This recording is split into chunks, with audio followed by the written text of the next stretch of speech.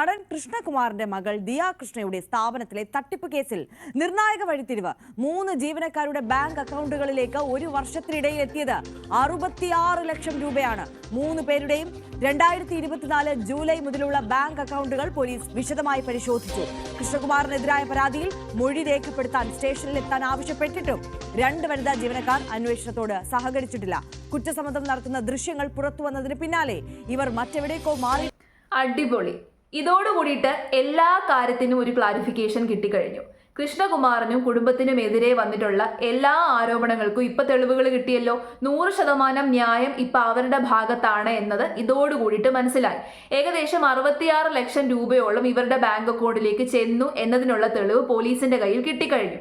അതോടുകൂടിയിട്ട് tax വെട്ടിച്ചു എന്നുള്ള ആ ഒരു കാര്യവും കൂടി കംപ്ലീറ്റ് ആയിട്ട് പോയി. കാരണം ടാക്സ് വെട്ടിക്കാനായിരുന്നു എന്നുണ്ടെങ്കിൽ ഈ 66 ലക്ഷം രൂപയും ഇവളുമാര് പിൻവലിച്ച് ദിയയുടെ കയ്യിൽ കൊടുത്തേനെ. പക്ഷേ ഇവളുമാരത് പിൻവലിച്ചിട്ടില്ല.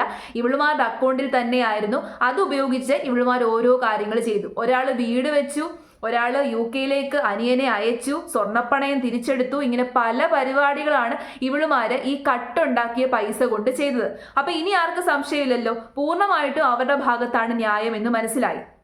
എന്നാൽ ഇപ്പൊ 3 അവളുമാരും മുങ്ങേക്കാണ്. അവളുമാരുടെ ഒരു പൊടി പോലും ഇല്ല. പോലീസുകാരെ നോട്ടീസ് അയച്ചിട്ടും ഫോൺ വിളിച്ചിട്ടും ഇവളുമാരെ കിട്ടുന്നില്ല. പക്ഷേ ഈ കൃഷ്ണകുമാറിന്റെ കുടുംബത്തോട് അല്ലെങ്കിൽ കൃഷ്ണകുമാറിനെ പ്രതിസ്ഥാനത്ത് നിർത്തിയിട്ട് പോലീസുകാർ ഭയങ്കര ആവേശത്തോടു കൂടിയിട്ട് FIR ഒക്കെ തയ്യാറാക്കിയായിരുന്നു. കൃഷ്ണകുമാറിനെയും കുടുംബത്തെയും അറസ്റ്റ് ചെയ്യാനും അല്ലെങ്കിൽ അവരെ ജനങ്ങളുടെ മുമ്പിൽ വിട്ടുകൊടുക്കാനും ഒക്കെ ഇവർക്കൊക്കെ ഭയങ്കര ഒരു ആവേശമായിരുന്നു. ആ ആവേശം എന്തുകൊണ്ടാണ് ഈ 3 പെൺകുട്ടികളുടെ കാര്യത്തിൽ കാണിക്കാത്തത്? അവളുമാരെ എത്രയും പെട്ടെന്ന് അറസ്റ്റ് ചെയ്യണം. കാരണം ഇത് പൊതുസമൂഹത്തിന്റെയും കൂടി ആവശ്യമാണ്. അവളുമാര് വന്ന് കള്ളത്തരം പടച്ചു വിട്ടത് വെറും പോലീസുകാരുടെ മുമ്പിൽ മാത്രമല്ല, ഈ പൊതുസമൂഹത്തിന്റെ മുമ്പിലാണ്. മാധ്യമങ്ങളുടെ മുമ്പിലും സോഷ്യൽ മീഡിയയുടെ മുമ്പിലും ഒരു കുടുംബത്തെ മുഴുവൻ തേജോവധം ചെയ്തവളുമാരാണ്. അവളുമാരെ ഒരിക്കലും വിടാൻ പാടില്ല. അവളുമാരെ എത്രയും പെട്ടെന്ന് കണ്ടുപിടിക്കണം, ചോദ്യം ചെയ്യണം, ജയിലിൽ അടയ്ക്കണം. ഇനി അവളുമാർ പുറം ലോകം കാണാൻ പാടില്ല. കുറച്ച് നാളത്തേന് പുറം ലോകം കാണാൻ പാടില്ല. പോയി ജയിലിൽ കിടക്കട്ടെ.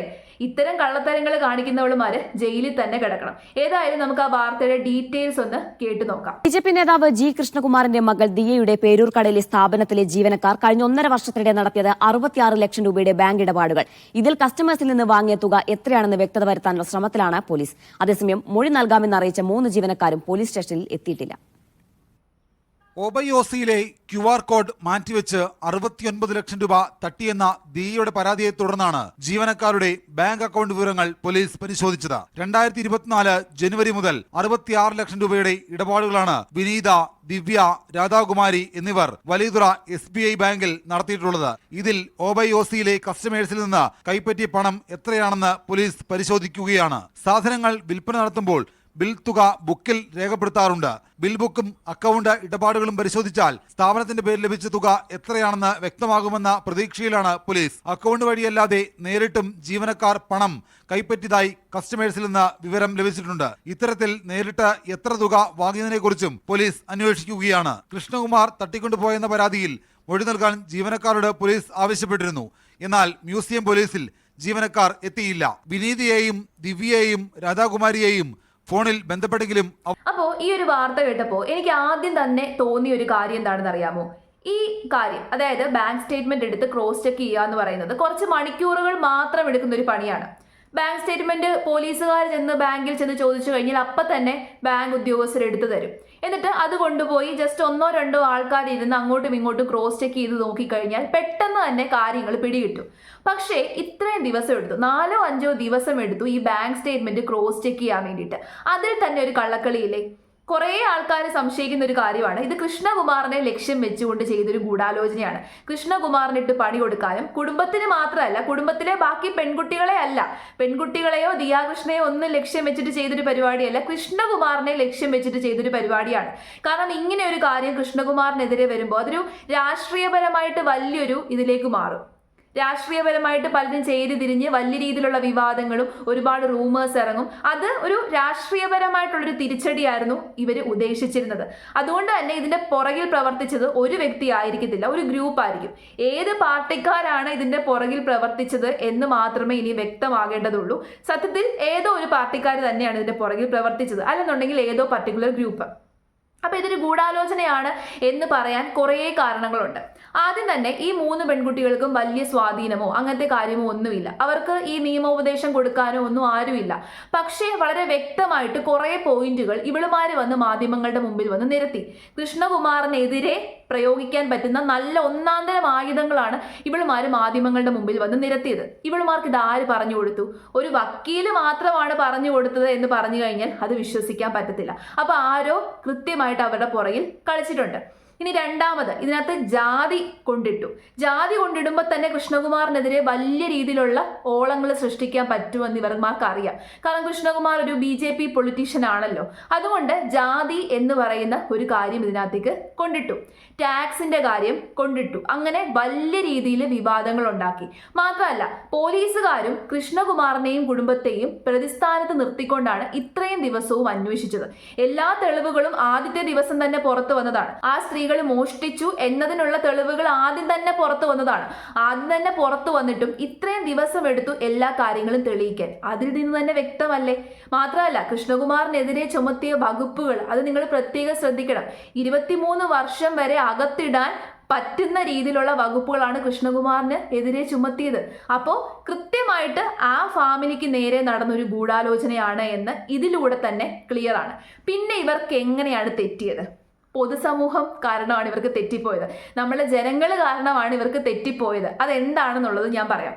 ആദ്യം കൃഷ്ണകുമാറിനൊക്കെ എതിരെ പുറത്തു വന്ന ആരോപണം എന്താണ്? മീഡിയാസിൽ വന്ന ആരോപണം എന്താണ്? കൃഷ്ണകുമാറും കുടുംബവും ഈ 3 സ്ത്രീകളെ തട്ടിക്കൊണ്ടുപോയി എന്നതാണ് ആരോപണം. ആ ആരോപണം പൊതുസമൂഹത്തിന്റെ മുമ്പിലേക്ക് ഫസ്റ്റിൽ വന്നപ്പോൾ നമ്മളത് വിശ്വസിക്കാൻ മണ്ടന്മാരൊന്നുമല്ല. അവിടെയാണ് ഇവർക്ക് ആദ്യം പിഴച്ചത്. ഇവരുടെ ബുദ്ധിയും സംഭവവും ഒക്കെ അത്യാവശ്യം നല്ല ഐഡിയ ആയിരുന്നു. കൃഷ്ണകുമാറിനെതിരെ നല്ല രീതിയിൽ പ്രയോഗിക്കാൻ പറ്റുന്ന ഒരു ഐഡിയ ആയിരുന്നു. പക്ഷേ ഇവർക്കത് നടപ്പിലാക്കുന്നതിൽ പിഴച്ചുപോയി. ആദ്യം പിഴച്ചത് ഇവിടെയാണ്. കാരണം നമ്മൾ പൊതുസമൂഹം വിചാരിക്കുമ്പോൾ ഈ 3 സ്ത്രീകളെ തട്ടിക്കൊണ്ടുപോയി, അതും ജോലിക്കാരികളാണ്, വലിയ കാശോ സമ്പാദ്യമോ ഒന്നുമില്ലാത്ത 3 ജോലിക്കാരികളെ പിടിച്ചുകൊണ്ട് പോയിട്ട് അവളുമാരെ ഭീഷണിപ്പെടുത്തി പൈസ നേടേണ്ട ഒരു ഗതികേട് ഇവരുടെ കുടുംബത്തിന് ഇല്ല എന്ന് നമുക്കറിയാം. കാരണം അവിടെയുള്ള എല്ലാവർക്കും നല്ല വരുമാനമുണ്ട്. യൂട്യൂബിൽ നിന്ന് എന്തുമാത്രം വരുമാനം കിട്ടുമെന്ന് നമുക്കറിയാം. പിന്നെ പരസ്യങ്ങൾ, പെയ്ഡ് പ്രൊമോഷൻ, അങ്ങനെ എല്ലാവർക്കും നല്ല വരുമാനമുള്ളവരാണ്. ഓക്കെ, അപ്പോൾ അങ്ങനെ വരുമാനമുള്ളവർക്ക് ഇങ്ങനൊരു കാര്യം ചെയ്യേണ്ട ആവശ്യമില്ല എന്ന് നമുക്കറിയാം. അവിടെയാണ് ഇവർക്ക് ആദ്യം പിഴച്ചു പോയത്.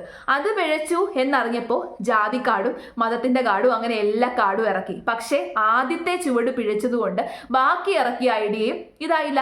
കാരണം അപ്പം നമുക്ക് മനസ്സിലായി ആദ്യം ആ പറഞ്ഞ കാര്യം തെറ്റിപ്പോയത് കൊണ്ട് ഇവളുമാർ ഇനി ഇറക്കുന്ന ഐഡിയ ആണ് എന്ന് നമുക്ക് മനസ്സിലായി.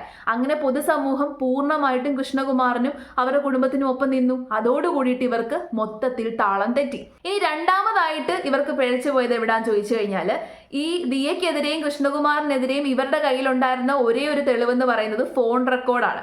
ദിയ ഇവളുമാരെ വിളിക്കുന്ന ഫോൺ റെക്കോർഡും കൃഷ്ണകുമാർ ഇവരെ വിളിക്കുന്ന ഫോൺ റെക്കോർഡും. അപ്പൊ ഈ 2 റെക്കോർഡ് എടുത്ത് പുറത്തിടുന്നതോട് കൂടിയിട്ട് അവർ ചെറുതായിട്ട് റൂഡായിട്ടാണല്ലോ സംസാരിക്കുന്നത്. അങ്ങനെ പുറത്തിടുന്നതോട് കൂടിയിട്ട് ദിയ പറഞ്ഞതുപോലെ അവർക്കെതിരെ ഒരു ഇത് വരും എന്ന് അവർ വിചാരിച്ചു. പക്ഷേ അതിനകത്ത് അവളുമാര് ശ്രദ്ധിച്ചില്ല. അവളുമാര് തന്നെ കുറ്റം സമ്മതിക്കുന്നുണ്ട്.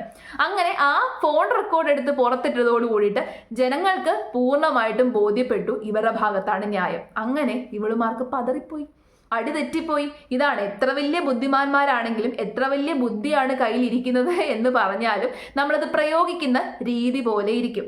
നിങ്ങൾ തന്നെ ഒന്ന് ആലോചിച്ച് നോക്കിക്കേ. ഒരു ബാങ്ക് സ്റ്റേറ്റ്മെന്റ് എടുത്ത് പരിശോധിച്ച് കഴിഞ്ഞാൽ തന്നെ മനസ്സിലാക്കാൻ പറ്റുന്ന ഒരു കേസ്, എന്നിട്ട് ഇത്രയും ദിവസം ഇത് വലിച്ചു നീട്ടിക്കൊണ്ടുപോയി മാധ്യമങ്ങളുടെ മുമ്പിലും പൊതുസമൂഹത്തിന് മുമ്പിലും ആ ഒരു കുടുംബത്തെ മുഴുവനായിട്ട് ഇട്ടുകൊടുത്തു. അതങ്ങനെ ഇട്ടുകൊടുത്തത് എന്തിനാണ്? ഈ പൊതുസമൂഹം മുഴുവനായിട്ട് അവരെ വിമർശിച്ച് അവരെ മൊത്തത്തിൽ ടോട്ടലി നെഗറ്റീവായിട്ട് ചിത്രീകരിച്ചതിന് ശേഷം അവരെ അറസ്റ്റ് ചെയ്തുകൊണ്ട് പോകാമെന്ന് ഇവർ കരുതി. പക്ഷെ നമ്മുടെ പൊതുസമൂഹം അത്ര പൊട്ടന്മാരൊന്നും അല്ല, നമ്മൾ മണ്ടന്മാരൊന്നും അല്ല.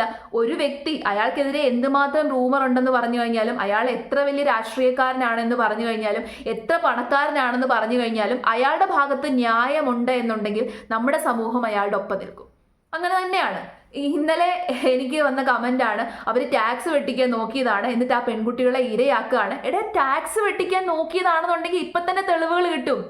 ഇവർ ടാക്സ് വെട്ടിച്ചിട്ടുണ്ടായിരുന്നുണ്ടെങ്കിൽ ഇതിനോടകം തന്നെ നമുക്ക് തെളിവുകൾ ഉണ്ടാക്കാൻ വലിയ ബുദ്ധിമുട്ടൊന്നുമില്ല.